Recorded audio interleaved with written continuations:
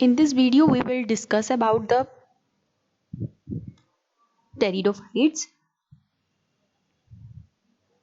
Pteridophytes belong to the plant kingdom. In the previous video, we have discussed about the bryophytes. तो pteridophytes से पहले bryophytes आए थे. Now pteridophytes में अब कौन कौन से plants include होते हैं? It include horsetails and ferns. Horsetails आती हैं इसमें और ferns आते हैं. तो ये जो pteridophytes होते हैं, ये अगर हम इवोल्यूशन के बेसिस पे देखें, if we talk about the evolution, तो इवोल्यूशन के बेसिस पे ये सबसे पहले टेरेस्ट्रियल प्लांट थे जिनके पास वस्कुलर टिश्यूज आए थे, that is xylem and phloem.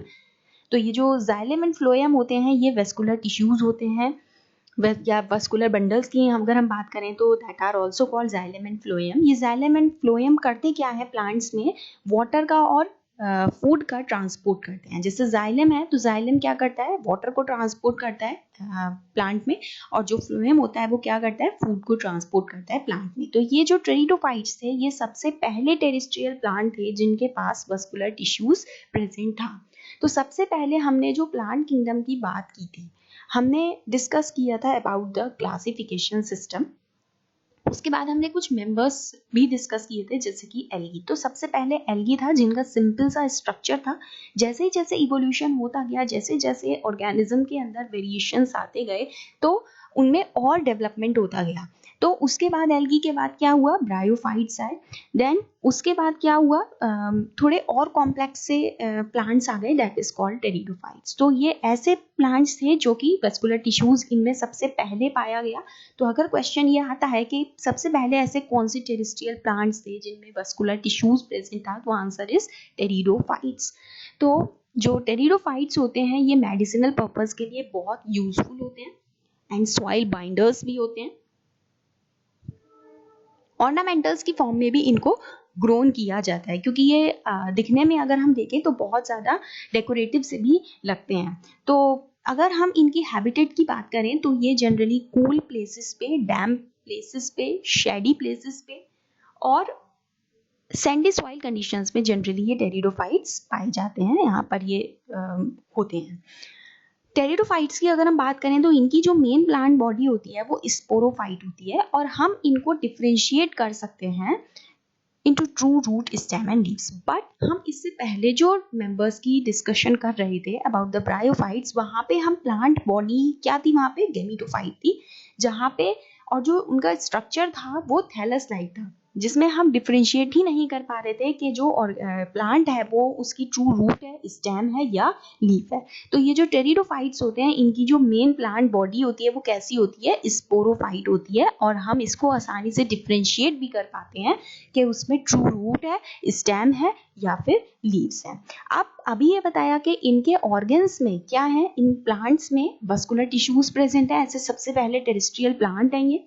तो अगर हम इनकी लीव्स की बात करते हैं तो लीव्स जो होती हैं, टेरिडोफाइटा वैसे बहुत तरीके के होते हैं, वी विल डिस्कस. तो बहुत से ऐसे टेरिडोफाइटा होते हैं जिनकी लीव्स जो होती हैं वो स्मॉल होती हैं, उनको हम कहते हैं माइक्रोफिल्स. माइक्रो का मतलब होता है स्मॉल और फिल्स का मतलब होता है लीव्स. तो कुछ ऐसे टेरिडोफाइट्स होते हैं जिनकी स्मॉल लीव्स होती हैं, जैसे कि अगर हम सिलेजिनेला की बात करते हैं तो वहाँ पे जो लीव्स होती हैं वो कैसी होती हैं? ये सेलेजिनेला है. तो सेलेजिनेला एक तरीके का ऐसा टेरिडोफाइट है जिनकी लीव्स कैसी होती हैं? बहुत शॉर्ट होती है. ये आप डायग्राम में देख ही रहे हैं, ये छोटी छोटी लीव्स प्रेजेंट है, माइक्रोफिल्स जिन्हें हम कहते हैं. तो it is in case of Selaginella. और बड़ी बड़ी भी होती है, मैक्रो का मतलब लार्ज और फिल्स मतलब लीव्स. तो बड़ी बड़ी भी होती है. अगर हम फंड्स के प्लांट्स को देखेंगे, गूगल पे आप सर्च कर सकते हैं कि फंड्स कि अगर आप देखेंगे तो उनकी जो लीव्स होती हैं वो बहुत बड़ी बड़ी होती हैं. तो टेरिडोफाइट्स यही है कि ये जो होते हैं इनमें वस्कुलर टिश्यूज प्रेजेंट है. सबसे पहले ऐसे टेरेस्ट्रियल प्लांट है ये. हॉर्सटेल्स और फर्न्स इसके अंदर आते हैं. लीव्स इनकी स्मॉल होती हैं और लार्ज भी हो सकती हैं.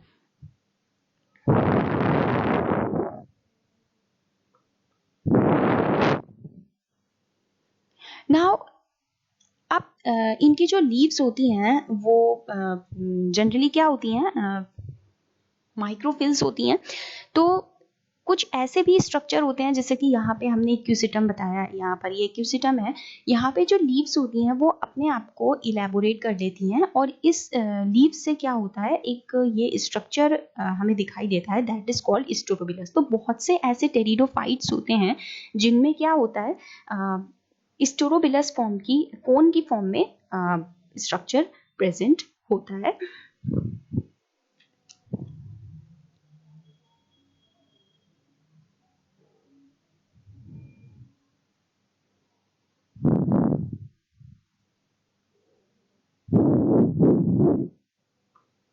Now life cycle of pteridophytes, अगर हम टेरिडोफाइट के लाइफ साइकिल के बारे में अगर हम बात करते हैं तो फर्न प्लांट है, मैंने अभी बताया आपको, फर्न प्लांट ले लेते हैं या हम कोई भी प्लांट ले लेते हैं, अगर हम स्लेजिनेला भी लेते हैं तो इसमें प्लांट बॉडी क्या होगी, अभी बताया है स्पोरोफाइट। तो स्पोरोफाइट का मतलब है कि जो नंबर ऑफ क्रोमोसोम्स कैसे होंगे, 46 होंगे, मतलब 2n नंबर ऑफ क्रोमोसोम, और जो इनकी, this is the main plant body of pteridophyte.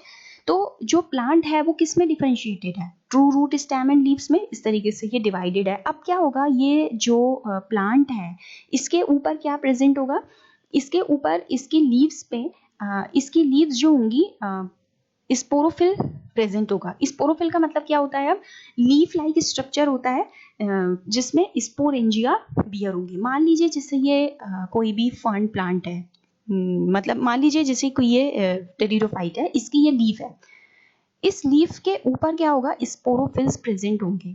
ठीक, स्पोरोफिल प्रेजेंट होंगे, तो स्पोरोफिल के ऊपर क्या प्रेजेंट होगा, स्पोरेंजिया। स्पोरोफिल क्या होगा, एक लीफ लाइक स्ट्रक्चर होगा, मान लीजिए जैसे ये लीफ लाइक स्ट्रक्चर है, ये एक लीफ लाइक स्ट्रक्चर होगा, इस लीफ लाइक स्ट्रक्चर के अंदर क्या प्रेजेंट होगा, स्पोरेंजिया। तो जो स्पोरोफाइट होगा वो डिफरेंशिएट करेगा, स्पोरोफिल प्रेजेंट होगा स्पर्म प्लांट पे, leaf like structure that bear sporangia. अब ये स्पोरेंजिया जो है ये क्या है, स्पोर्स है, तो ये अब स्पोर्स किस में प्रेजेंट होंगे, स्पोरेंजियम में। मतलब कहने की बात यह है कि फर्न प्लांट है, फर्न प्लांट के ऊपर क्या होगा, एक लीफ लाइक स्ट्रक्चर होगा जिसे हम कहेंगे स्पोरोफिल। उस स्पोरोफिल के अंदर क्या बियर होगा, स्पोरेंजिया, और स्पोरेंजिया किसमें होगा, प्रोड्यूस स्पोरेंजियम में। मतलब जो ये स्पोरेंजियम स्ट्रक्चर है वो किसके ऊपर प्रेजेंट होगा, स्पोरोफिल में।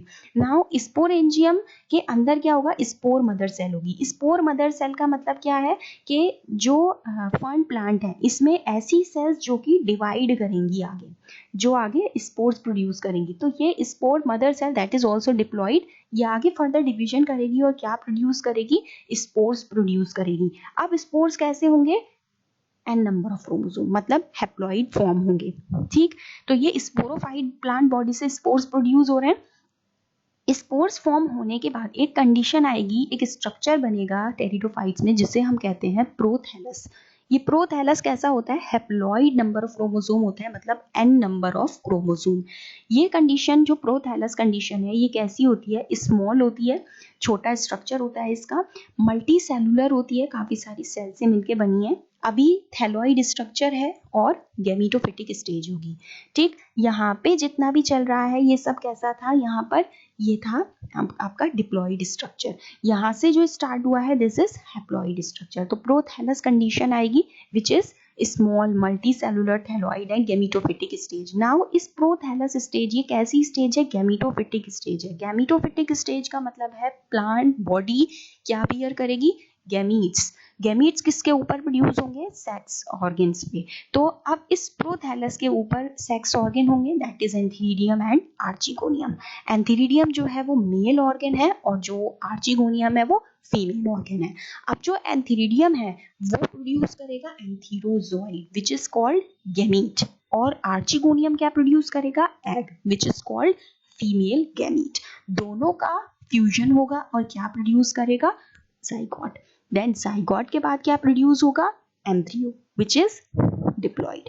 तो एम्ब्रियो बनने के बाद अगेन क्या फॉर्म होगी, एक पूरी प्लांट बॉडी फॉर्म होगी विच इज ऑल्सो डिप्लॉइड।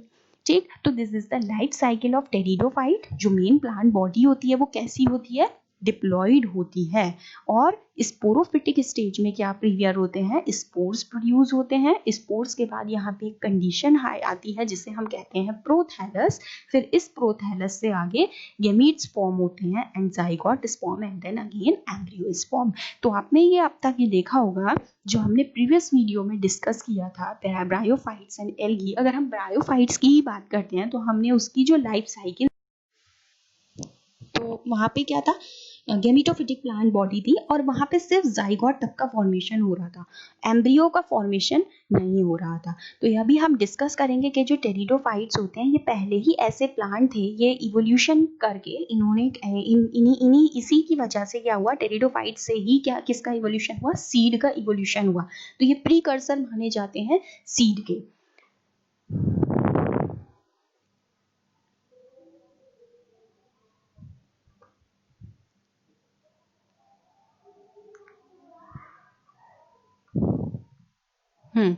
तो जो टेरिडोफाइट्स होते हैं अभी हमने डिस्कस किया कि वो स्पोर्स प्रोड्यूस करेंगे, स्पोरोफिटिक स्टेज होगी। नाउ इसमें दो तरीके के स्पोर्स प्रोड्यूस होते हैं। तो एक होते हैं होमोस्पोरस और एक होते हैं हेट्रोस्पोरस। होमोस्पोरस का मतलब होता है सिमिलर काइंड के स्पोर्स प्रोड्यूस होते हैं, और जो हेट्रोस्पोरस होते हैं वहाँ पे दो तरीके के स्पोर्स प्रोड्यूस होते हैं, मतलब एक लार्ज स्पोर्स प्रोड्यूस होंगे और एक माइक्रो स्पोर्स प्रोड्यूस होंगे। तो अगर हम फंड्स वगैरह की बात करते हैं तो वहाँ पे जो स्पोर्स होते हैं वो होमोस्पोरस होते हैं। होमो का मतलब सेम और स्पोरस का मतलब स्पोर्स। तो सेम काइंड के स्पोर्स जिन टेरिडोफाइट्स पे प्रोड्यूस होते हैं उन प्लांट्स को हम कहते हैं होमोस्पोरस। और ऐसे प्लांट्स जिसमें दो तरीके के स्पोर्स प्रोड्यूस होते हैं, macro and micro, that spores are called heterosporous.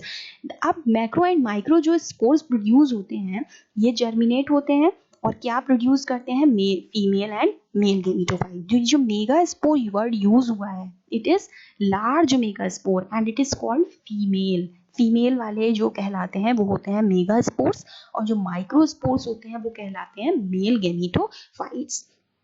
तो अब जितना भी फंक्शन होता है, जितना भी डेवलपमेंट होता है वो सब किसकी बॉडी में होगा, फीमेल गेमिटोफाइट की बॉडी में होगा। तो पेरेंट स्पोरोफाइट के ऊपर फीमेल गेमिटोफाइट ऐसे ही रहती है वेरिएबल पीरियड्स में, क्योंकि जितना भी डेवलपमेंट होता है जाइगोट के बाद, जितना भी डेवलपमेंट होता है यंग एम्ब्रियो में जब कन्वर्ट होता है जाइगोट, तो वो किस में होता है, फीमेल की बॉडी में ही होता है। तो इसलिए यहाँ पे दो तरीके के स्पोर्स प्रोड्यूस होते हैं, माइक्रो एंड मेगा स्पोर्स।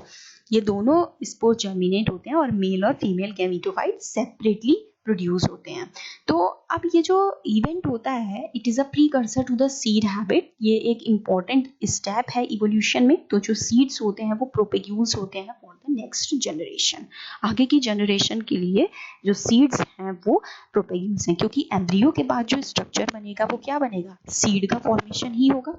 ठीक, तो इसलिए टेरिडोफाइट्स को कहा गया है कि ये जो है